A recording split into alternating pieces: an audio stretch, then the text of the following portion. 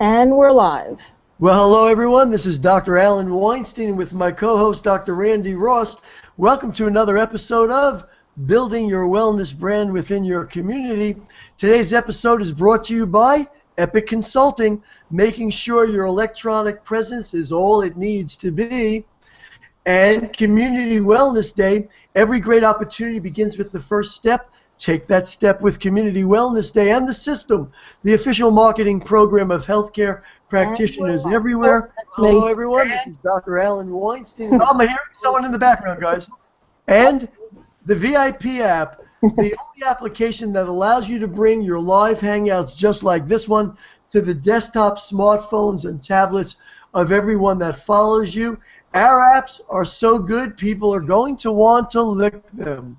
And of course, the newly released Google Plus in 10 minutes, a step-by-step program for all things Google for your business. You can learn more about that at tinyurl.com/Google in 10. Today's program, the 3 steps to doubling your business in 2015 with Dr. Ray Omid. Let me tell you a little bit about Dr. Ray. Dr. Ray has built 2 of the most successful chiropractic businesses in New York. He sees over 1,200 patients per week. He sees 200 plus new clients per month, has over 170 clients committed on lifetime care plans. He's transitioned from insurance to cash-based practice in just 4 short years. He has a conversion rate of 80%, and 80% of his new people pay for the full year of care up front. He's a dynamic speaker, dynamic motivator, and he reaches out to health professionals and the community on a regular basis. With that said, I'm going to turn it over to my co-host. Here's Dr. Randi. Well, thank you, Dr. Allen. Welcome, everyone. Hey, make sure no matter where you're watching us, we are simulcast, as you heard when I wasn't paying attention for a second. We're simulcast in a lot of places, and the event started to run. So let us know where you're hanging out from in the comment box. I'm hanging out from the beautiful Jersey Shore. Dr. Allen joins us from the Berkshire Mountains, and Dr. Ray, who we're going to bring on in a second, is from Nassau County, Long Island. I had the pleasure of getting to know Dr. Ray over the last few years, and he has hosted Community Wellness Day events. He's probably one of the most successful, I'm going to even, call him businessman. I don't want to pigeonhole him into healthcare practitioner category because he's smart, he's insightful, he knows how to get it done, and he's not afraid to work hard. And when we were thinking of a few people that we want to close out this year to give you a bang for 2015, Ray was one of the first people that came to mind. So I'm really glad that he's here with us and he can share some of his strategies and some of his tips and some of the ways that he's always successful at continually growing his businesses. So Dr. Ray, thank you so much for being here with us and for taking the time. I know you have a really jam-packed schedule, so we just want to welcome you and thank you for being here. Well, thank you, Dr. Randi. Thank you, Dr. Allen. I'm excited to be here. I appreciate you inviting me to come, and I got to tell you, I'm excited because this year has just been absolutely amazing for us. And just to think, I started practice about 12 years ago, and I always wanted to help people. And so one of the things I thought is that if I know more techniques, I'll be able to reach out to more people. So I just started studying every single technique that was out there. I think I went to about 50 technique seminars in my first 3 to 4 years in practice. And what I realized is that no matter how many techniques I knew, that wasn't what was getting people in the door. And so I started having to figure out, this isn't working in itself. I need to figure out a strategy or a formula that's going to help me reach the people because I got all these techniques, I got all this skill, I want to help them, but I don't know exactly how to reach them. So my life started changing about 4 to 5 years into practice. I think I was seeing about 200 to 250 people a week, and I was really stressed out, and I wanted to help people. I just didn't know how. And I've been on an amazing journey ever since then. And I got to tell you that, I try to identify, my background is in neuro-linguistic programming. I studied with Richard Bandler, Tony Robbins. I got my trainer's trainer degree. And I wanted to be able to do what they did, which is break down things to a common denominator, the foundation that was necessary for success. And about 4 years into practice, I realized that one of the things that I would need more of is philosophy or an understanding of why I'm doing what I'm doing. You see, I always wanted to help people, But what happens is when you get faced with rejection, you get faced with challenges, it's very easy for that fire within you, that passion within you to be put out. And I started realizing that the more I engaged myself in the philosophy and the understanding of why people need what I'm doing, why it is that what we do works, that passion within me just kept lit. And so regardless of what was happening around me, I got my power, if you will, from the understanding of why I do what I do instead of the conditions around me. I think that all too often in life, what happens is that when conditions are good in our life, we feel good, and when conditions aren't good, we feel bad. And what I realized is that it's unstable in all its ways because you can't really control what other people do. What I realized, though, is that if you get your passion from the why, if you just know what you love to do and you keep yourself on fire with that, that'll sustain any sort of challenges that come along your way. So I think the first step for me was just getting a strong enough desire and constantly engaging in it so that nobody can ever put it out. So I started going to seminars. Instead of studying technique, I started studying the why behind what I do. I started going to seminars that really inspired and motivated more. I started reading books by B.J. Palmer, and I started listening to CDs of all different philosophers, but Sigafus and all my mentors in the profession that just had a way of inspiring me. And what I would do is every time I went to the gym, I'd put on my headset and I would just listen for an hour to an hour and a half. I made my life just about listening to philosophy, and it got me really fired up. And then what happened is that moved me along. I was probably about 250 patients a week. That got me to about, I'd say, 400 or 500 a week. And there was a lot of effort because the one thing that I was missing was skill. And in the absence of skill, effort becomes one of the most important things people apply. The problem is that you can burn out applying effort when you don't have the right skill. And so right about 400 to 450, we were just plateauing every single week. It was driving me crazy. We kept bringing in all these new people. We were plateauing. I didn't know what to do. I started looking for help. Sometimes when you don't know what to do, you got to go to somebody who does. And at the time, I had a coach that was coming in every Wednesday and helping me manage my staff. And she said, Dr. Ray, you really need to find somebody who sees more people than you do. In fact, sees a lot more than you do, and just start figuring out what they're doing with their skill. She goes, because your passion is right, you have a strong enough desire to serve, but you need skill now because this is too much effort. So there was a guy that came into New York, and I went to a seminar. His name was Ray Wisniewski, and he was coaching along another guy named Dr. and Wendy Dick, and they were seeing about 2,000 a week in Oklahoma. And I said, whatever they're doing, whatever skills they have, I want them. Because I had no problem getting new people in the door. I was so fired up, I'd go out and speak anywhere. I spoke at different companies. I spoke at churches. I'd speak to 2 people. I'd do screenings. I'd do whatever it took. But the skill was really not there as far as how do I hold on to them? How do I process them efficiently and effortlessly and see high volume? So I'll never forget the first day he came into my office, and we had private rooms, and everything was kind of like a maze in our office. I thought it was beautifully laid out. I laid it out personally. I didn't realize how off it was. And he came in, he says, my God, he says, you guys in New York, he goes, you like to build everything up. He goes, it looks like, you just used to going to New York City, you just see buildings built straight up. He goes, you guys are all about narrow spaces and building up. And he goes, if you opened this space up and had these rooms semi-private, it would just give the appearance that there was nobody in here because there was an open space. And something clicked in me, and I said, how come I didn't figure that out? I thought I was so happy in my design. And I didn't realize that was one of the major problems I had in my space. And I was doing about a 25-minute consultation, and he helped me get that down to 5 minutes. And I started realizing, wow, there are so many skills that most of us have no idea about. Being able to get somebody to come into the office, the need to be checked, the need to have their spine assessed, is a whole skill set in itself. And then once they're here, you got to be able to convey to them the need from what they have going on to getting to the cause of it. So you got to take them from a symptom or a health concern to a cause. And for those people that aren't chiropractors, what I'm really getting at is you got to speak a language in which they're able to understand based on what they value, not based on what you value. And so I started learning how to be able to handle objections better, how to move them along emotionally. And, I learned these systems like how to do a screening properly, but also how to do a proper day one, and then how to do a proper doc report, which is when they come back for their results. And, I think I made in the first 3 years of being with that coach about 150 changes. And that may sound like a lot, but it really isn't, because one change or 2 changes a week, over the course of a year is, that you're talking about 100 changes there. So I just didn't know what to change, and before that, the changes that I had just weren't the right changes. They were effort changes, and they never got me further than about 10 more people a week. And when you got the right mentorship and you get the right model in everything you do, I learned that from Tony Robbins. He said, you don't have to recreate the wheel. Why don't you just follow someone who's doing it right, someone who you want to emulate?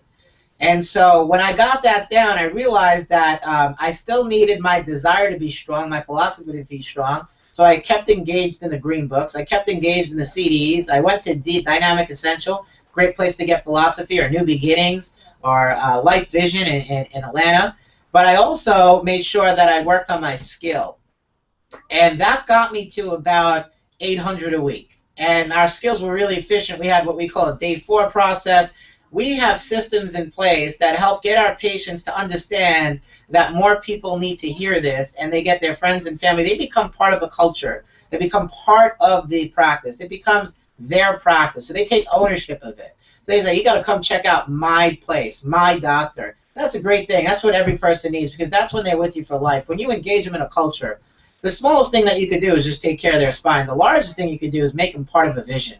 Give them something to belong to. Give them a part of a mission. Make them part of something bigger than themselves. Everybody needs that spiritually. And to be able to do that so they become part of this team and go out and get everybody in here, that's why we see so many new patients. I mean, we do a lot of outside talks, dinner talks, church talks, screenings. I got to tell you, the majority of my patients still come from referrals till today. We had a patient appreciation day yesterday. It was a patient party in here. We got 20 new patients just on that one day alone. That's how we do it. They're all part of it. They want to introduce their friends and family to what we do here and show them where they go and show them where they can build their health and be part of something really important. So I realized that skill is an important aspect in that. And, it takes a certain skill set to see high volume. There's an efficiency there, kind of like going to a busy restaurant. You don't want to go to a restaurant that has nobody in it, but you don't want to go to a high volume restaurant that's just chaotic. You want to go to a high volume restaurant that has efficiency, flow. You can count on their service. You know exactly what you're getting every single time, and it is a high-level service. You can get that in a right restaurant. I go to Capitol Grill a lot with my wife, and I love the service there, because no matter where you go, it's the same service. They train them, though. One of the things that we don't do in our profession is we don't train enough. We don't train our front desk. We don't train our back office. We don't train our doctors. And to me, if you're going to be able to see people, you got to train constantly on communication, on skills, on systems, on procedures. You got to role play different challenges and how people handle it, how fast are they to put out fires. All of that needs to be trained and role played, and so we do that really well. And that got me to about 800 a week. And I got to tell you, that whole transition was insurance to cash. I had to figure out how to get people to pay cash for services. And we don't charge a minimum wage. We charge a good considerable amount that people are willing to pay. To me, I believe that the more that people pay for something, the more they value it. It's kind of like if you buy a shirt. If you buy a Walmart shirt, a $5 shirt, you throw it up, you wrinkle it, you throw it up in the corner. You buy a $150 shirt, you take care of that shirt better. You're actually looking at how to wash it. You're looking exactly at what to do. You listen to the guy who's telling you about the shirt better. The more that people value what you do, the more they'll follow what you're telling them to do. If they don't value what you're telling them to do, then what happens is they don't follow through with care right, and if they don't follow through with care right, they don't get the results they're looking for. So everybody needs to charge an affordable but yet not a cheap rate, an affordable yet good rate that's right for you. And so we made a transition from insurance to cash because I have the right systems and skill and desire. So desire is number 1, skill is number 2, and here's the thing, I think the third one is really important. If I could go backwards in time, I tell you that the third one is just as important as the first 2 all along the way, and that is what we call alignment. And what that means is just serving for the sake of serving and just being detached from the conditions or the outcome. That means not being attached or worried about what people are going to say, what your patients say, what your staff says. You're completely detached from their behaviors, and instead you're just focused on one thing, which is what makes you feel good, which is sharing just because you love this thing or just doing what you love. And, to me, the best way to get yourself into alignment is meditation. And I found that over the years there are 2 forms of meditation that work really well. You got breathing meditations, and you also got mantra meditations, which is just saying a word in your head that means nothing to you. You can just quiet your mind. I think the best way to get yourself in alignment is to keep your ego or your educated mind, as B.J. Palmer called it, out of the way, which is just keep more quiet. Instead of trying to control and fix everything, know this. Know that if you have the right systems and the right skills, then everything else will come into place. The more you focus in on what's not working, the more that you attract. So just understanding the law of attraction. And, you know, one of my mentors for the law of attraction was Esther Hicks, and so I just made it a point to just start listening to her, and about an hour or two a day, I just listen to her. And I keep my mind on laws that keep me empowered. I think that's what we want for our patients. You know, to me, you know, I just did a doctor report earlier today, and there was a group of 7 people, and they all signed up. But I talked about that in order for me to be able to help you, you need to be committed, and that in order to be committed, there's 3 things you need. And number 1 is to know that your brain runs your body, and that if your spine is out of position, there's interference there. Know that there's a power, the intelligence within your brain put there by your creator that knows how to run your body better than any other doctor can. So the first thing is knowing the law. And we want you to put your faith in the law. Put your faith in the understanding. Don't put your faith in me. Don't put your faith in a doctor. Put your faith in the understanding that your brain runs your body, and if your spine's out of position, it can't do that. And then the second thing I told them is that, you know, and this comes for you too, but I said the second part of this thing is to believe that you can apply that law. So in order for you to believe that you can apply that law, you got to get rid of the excuses that would get in the way. And we talked about that one of the biggest fears that people have is fear of, can I afford this financially? And we talked about how we make our care plans affordable for everyone and how we created our fee structure so that it's affordable. And then I said, you know, so at that point, it's not can I, it's how can I? And that's what we're here to help you with. We'll help you figure out how you can pay for care, but you will be able to do that. We make it affordable to everyone. And so that gets that out of the way. And then the third part of that, we talked about that you have to apply that law. So, you know, when it comes to alignment, it's the same thing. You got to apply that law. You can have all the knowledge in the world, but if you don't apply it, it won't work. And so we talked about the one thing that gets in the way of that. What gets in the way of that application, that applying it now, is this thing called procrastination.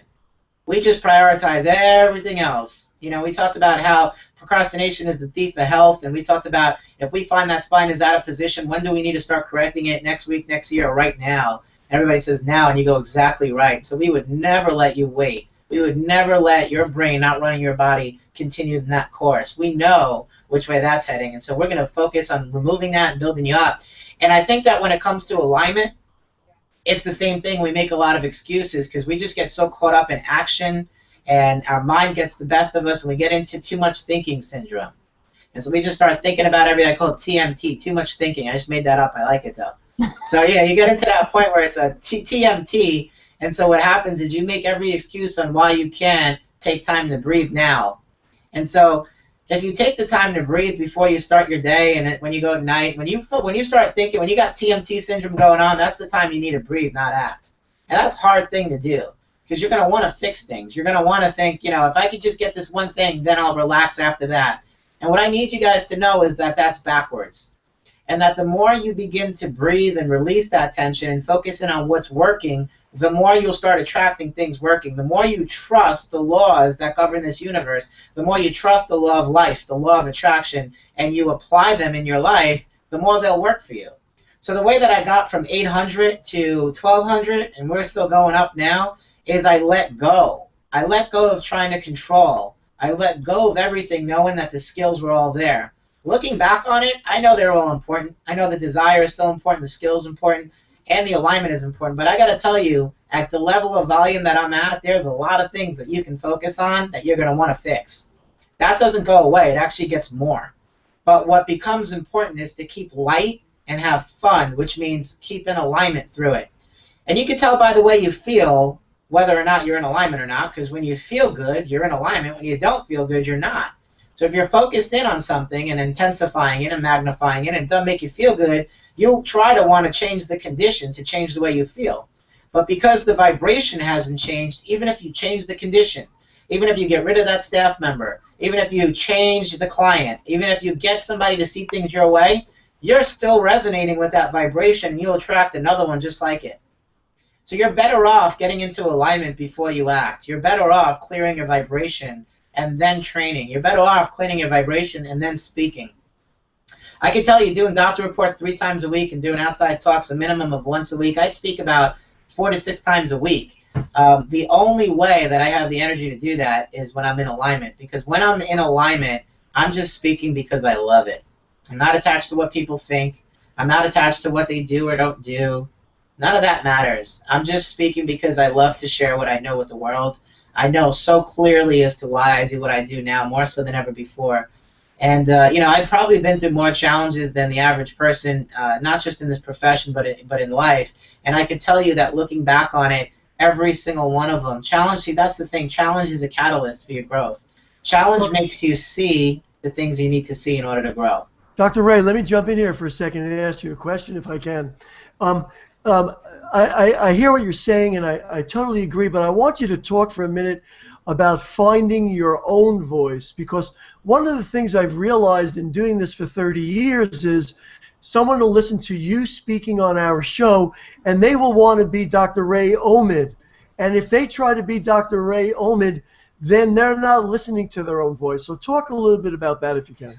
Yeah, absolutely. So, how does your inner voice tie into what we're saying here? The first is that as your desire grows, as your desire to serve more people, as your desire grows, which grows through challenge. You see, that's why challenges are important, because every challenge is going to strengthen your desire. Every time you see what you don't want, you get a stronger desire for what you do want. So oftentimes we look at the challenge as if it's a bad thing, not recognizing it's part of the solution. So as your desire grows for something, your ability to attain that which you want comes down to how well your skills are to attain it, and also how well your alignment is. Now, when you talk about your inner voice, that's what we're saying is alignment. You're either going to operate with your educated mind, your ego, trying to think through what to do, or you're going to quiet that mind so that your inner voice can speak to you. The more you do breathing meditations and mantra meditations, and the more you focus in on what's working. And how you know you're there is because you feel good. The better you feel, the louder the inner voice will be.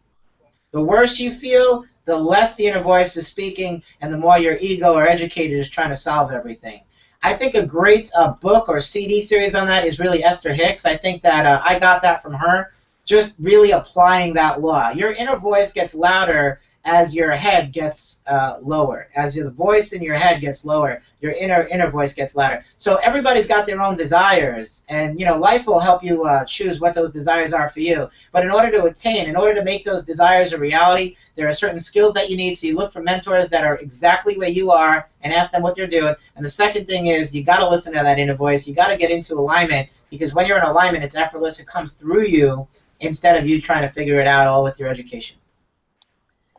Ray, I want you to talk a second about something that I think sometimes gets a little brushed over when we have, someone like yourself as a guest, and I put you in the ultra successful. I think I actually used the word uber successful category when I created the event for this. And I think sometimes people that are watching this that maybe haven't achieved all that they want, or looking to grow, or maybe they're even just starting out in a business, I want you to address how hard you work, because I know that's something that sometimes there's almost like this illusion that, hey, you're doing great and you work 10, 15 hours a week. I know this is a problem on chiropractic platforms when people stand there and say, I make 7 figures a year and I work 17 hours a week. You and I both know nobody making seven figures works 17 hours a week. So I want you to talk a minute about, how hard you work. I know how early you start your day, and that there's something that, Dr. Allen and I talk about that we've learned from Alex Mandossian. Everybody has the same amount of hours in a day. There's 24. So how come, we constantly hear from people, I don't have time for that, and those are usually the people that are not getting the success they want, but yet we look at someone like you who has an enormous amount of success and continue to grow, but yet in those same 24 hours, you get a lot of work done because you're not afraid to work hard and do what it takes. Yeah, sure. To me, the biggest thing about that is to recognize life is about seasons, and there are different seasons in your life or cycles in your life. So there are cycles that you should be focused on desire more. There are cycles that you should focus on skill more. There are cycles that you should be focusing on alignment more. You need to recognize where you are. So to me, when you do that, it's in recognition. Clarence Gonstead, who used to see patients till about 3 in the morning, once said to Rob Schiffman, he said, I'm going to tell you the most important thing about seeing the volume of people I see and saving lives and seeing all this happen. And he said, make your work your playground.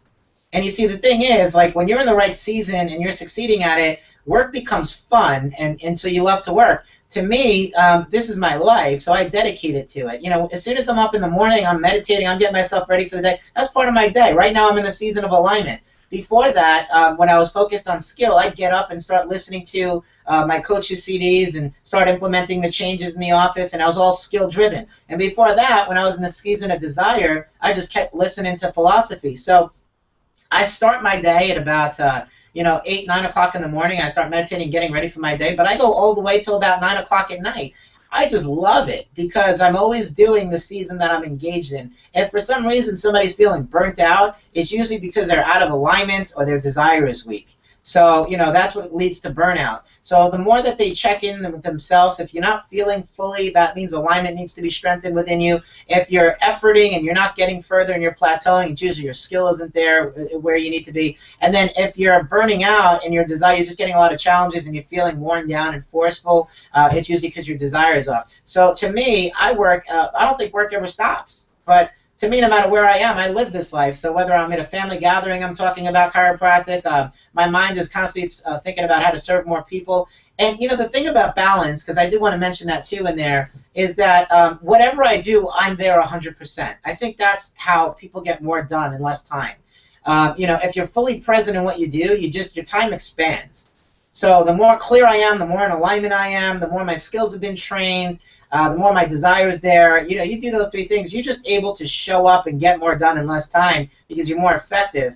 To me, it's the same even when I'm out with my wife or I'm out with my friends, whatever it is. I want to be fully present, enjoying every minute of it, which means out of my own way, out of my head, and just really loving it, not being attached to what's happening, not being attached to other people's responses, just loving it. And so work is fun. I love to work. I learned that from Sid Williams. He just used to have you chant that mantra during his DE seminars. Work is fun. I love to work, until you start owning it. And the thing is, I just own that, and at the same time, I make my work my playground. That doesn't happen every day, neither. There are days where I get thrown off, and at least once a week that's happening. I'll get thrown off. But to me, I know how to get myself back in. I take the time to get out of the flow, meditate, clear myself so I can show up better. So I believe that every minute on this earth is a minute that I should apply in either keeping centered, being present with somebody. So I do my best to be my best version and to be able to serve people the best. But definitely, I don't even think I break on the weekends. But I make time for things.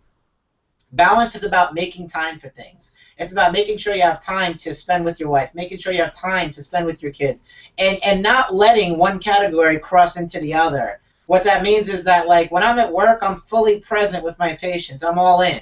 When I'm in a doctor report, I'm fully doing that doctor report. I'm not thinking about my patients that are in the office. It's just all these people in front of me. When I'm with my wife, there's nothing but my thought of my wife. When I'm with the kids, I'm just focused there. If I'm whatever I am, I'm fully there. And I think alignment plays a major role in that. And, there's something to be said about presence and intensity, which expands time. How do you get more done in less time? How do you adjust and have a bigger effect in less time? You get more intense in the moment. You think about something you do intensely, like kissing somebody. 1 minute seems like a long time. Or hold your breath for a minute. See how much time that is. That's because there's a high intensity there. So the reason why people can't get as much done in the same amount of time frame is they're not fully present. They're wishy-washy in their presence because their desire is off, their skill is off, or their alignment is off. Dr. Allen, go ahead. I know you want to jump in. Okay, yeah, good deal. You said so many great things, Dr. Ray. So a couple of things I want you to just emphasize I think is important. You said you took your report of findings down from 20 minutes to 5 minutes, and I'm sure that 5 minutes is much more effective than the 20 minutes that you used to spend. So I want you to talk a little bit more about that. What you're really teaching people is more about being part of the culture and part of the vision. You're not selling them, well, you're going to be getting 37 adjustments for this much money. That's how you do it. That's not what you're really doing. Address that a little more, because I think people need to understand that culture aspect. Yeah, for sure. So let me back up and say that the day one consultation has gone down from 25 minutes to 5 minutes. And, the biggest thing that I got out of that is that patients don't really hear what you're saying. They feel what you're saying. So your job is to reach them, not teach them. And you're looking to have an emotional movement in there. So it's all about the care, the concern, the compassion, and then the loving authority that you demonstrate that I will help you get to the bottom of this. We will help you find the cause of why your body's not working and help you. And then when they come back for their results, and I put them in a doctor report setting, I start out in the doctor report letting them know that the reason why we get together like this, the reason why we're starting out in a group, is because by the time we're done today, you're going to know you can get better. Now, I can tell you that, but you're going to know it for yourself. And you're going to know that everybody you know needs to be here. And so I just start out by letting them know that that's why we're in a group setting. And then I let them know that, we found the cause of their problem. We're going to be able to help them. And, I tell them the most important thing is that we talk about, how the medical model is just focused on managing disease, and how what we do here is building health. And the majority of people are moving in a downward cycle because they're just managing or treating their symptoms instead of identifying what's causing their body to break down, instead of identifying how to build their health back. And so we go through the common statistics that are out there medically. I share stories about people who've tried everything medically and are sick and suffering and come in and get well. And I start building a vision for them about what it would be like if their family and friends knew now what they know. And that every one of them is now a leader. Because a leader is one who knows something others don't, who can help. And so knowing that people are sick or suffering and they're moving in a downward cycle, you now know how to lead them back to life and health. And so being a leader is knowing something they don't know. And so you have an obligation to share that because their life is in your hands. And so, we talk about the gift of giving. We talk about, how your spirit has a natural need for contribution. And what happens is if it's all focusing in on me, me, me, me, you just won't get to where you want to go. If your focus is on helping others and giving to others, well, you're not only going to do this, you're going to own this. The more you speak it, the more you share it, the more you move people toward it, the more it becomes time and space and energy in your mind, the healthier you're going to be. You need to make these principles that we share in the office a reality, but also you need to make them part of your life so they become you, and that way you'll just always be in a state of health. You need to engage yourself in the mission. You need to engage yourself in the workshops, engage yourself in the process so you can get the best results. So you build them up to culture, meaning that you realize that the World Health Organization definition of health is optimal functioning, not just physically, but also on all levels, mentally, emotionally. So if you're going to really help somebody build their function, you got to help all those levels. And until they become part of a mission, their spirit, if they're thinking they're not good enough, they're not worthy, their spirit is not reaching their potential. So you need to help uplift them, which means give them the ability to know that they can make an impact in others' lives. Make them part of something big. All right. Well, I think that's a great place to tie us up. I know we could probably go on for quite a long time, Ray. We'll definitely have to have you back in the coming year. I want to just bring out a couple of points that, through the course of this. The great thing about doing Hangouts for me and this weekly event that we do is no matter how much I know, and I think I know a lot, or how much I've learned in my years on this earth, our guests always inspire and remind me of things that maybe I've forgotten and maybe that I'm out of alignment, and kind of bring me back to remembering this. A couple of things that Ray said that I really think resonates with whether you're a health provider or whatever profession you happen to be in if you're joining us and you own a business. One of the greatest ways to grow yourself personally and professionally is to find someone to model. This is not a new concept or a strategy. Almost any successful person that you talk to will tell you that somewhere in the course of their growth that they did this. And it doesn't even have to be one person. Different people have different things to share with you. So I think that's a great tip. If you're not doing that, you need to go out in your community and find someone. And sometimes people say to me, well, if they're successful, why do they want to, give me their secrets? That's not what successful people are. They are, as Ray indicated, they are leaders, and they're there to share and inspire other people. They're not in fear of that you're going to take something away from them.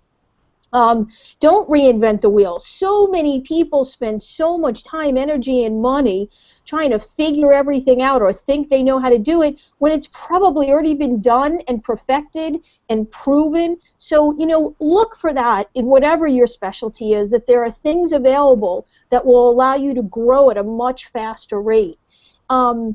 I think always working on yourself that Ray talked about. I think that it's so important. You don't care how young or old you are, you should always be growing and learning and encouraging yourself and inspiring yourself to do better and be better and do more and serve more, whatever your profession is. And, one of the things I thought it was funny that Ray coined, I might steal it from time to time though, Ray, the TMT, I like that, too much thinking. I have to tell you, so many people that I coach and work with, and especially with Community Wellness Day, because sometimes in the early stages, we're telling people things to do that maybe don't make sense, but I know in 6 weeks they fit into a process that's evolving. And I always tell people, don't worry about the outcome. Sometimes, especially if you're training with people or they're giving you new skills or concepts or policies or different protocols that you're implementing in your business, don't always be attached to the outcome. Just do it, or, when we teach relationship marketing, I tell people just go out there and do it. Don't worry about the outcome. Just the process is going to make you better. It's going to make you more effective. It's actually over time going to give you confidence. So as he said, too much thinking about, well, if I do this, how will this be? Or just sometimes you got to take a deep breath and you just got to do it and not worry about the outcome. When you do that over time, what you're going to see is those are the things that build your character, that build your skills, if it's a skill building kind of thing, that build your confidence, and that's always going to make you better at what you do. So those were some of the things that that Dr. Ray talked about that really stuck out with me. And I think it's really about being happy with yourself. And I just saw something when I was watching the news. They had someone on that was saying, it's really all about loving yourself. That's how you get success in this world. Because when you love yourself and you're happy, other people want to be around you. Don't we talk about that all the time? Don't you want to be around the people that are happy and, have a lot of energy and everything? So, feel good about yourself. Even if you're not where you want to be, don't get down on yourself. Feel good about yourself and get out there and make some things happen. Well, we're going to tie it up here in a minute. I'm going to turn it over to Dr. Allen. I know we ran a couple of minutes over. For those of you watching, I apologize for taking a little bit more of your time today. But for those of you that want to learn a little more about Community Wellness Day, about our new amazing Hangout program or any of the other programs we offer, just reach out. We'll schedule about 20 or 30 minutes to talk to you. We'll go over everything that you're doing and figure out how we can help you reach your business goals. Dr. Allen? Yeah, that's terrific. I just want to say what I got out of the show, because there was a lot to get. Dr. Ray said, know, believe, and apply. And I want to say that one of the most powerful things about having Dr. Ray on the show was not what he said, but the energy that he put out there, because he knows, believes, and he applies the law, and I think that's a beautiful thing. You've been listening to Building Your Wellness Brand Within Your Community. I'm Dr. Alan Weinstein with my co-host, Dr. Randi Ross. Today's episode is brought to you by Epic Consulting, making sure your electronic presence is all it needs to be. Community Wellness Day, every great opportunity begins with the first step. Take that step with Community Wellness Day, the system, the official marketing program of healthcare practitioners everywhere, and of course the VIP app, the only application that allows you to bring your live hangouts just like this one to the desktop, smartphones, and tablets of all those people following you.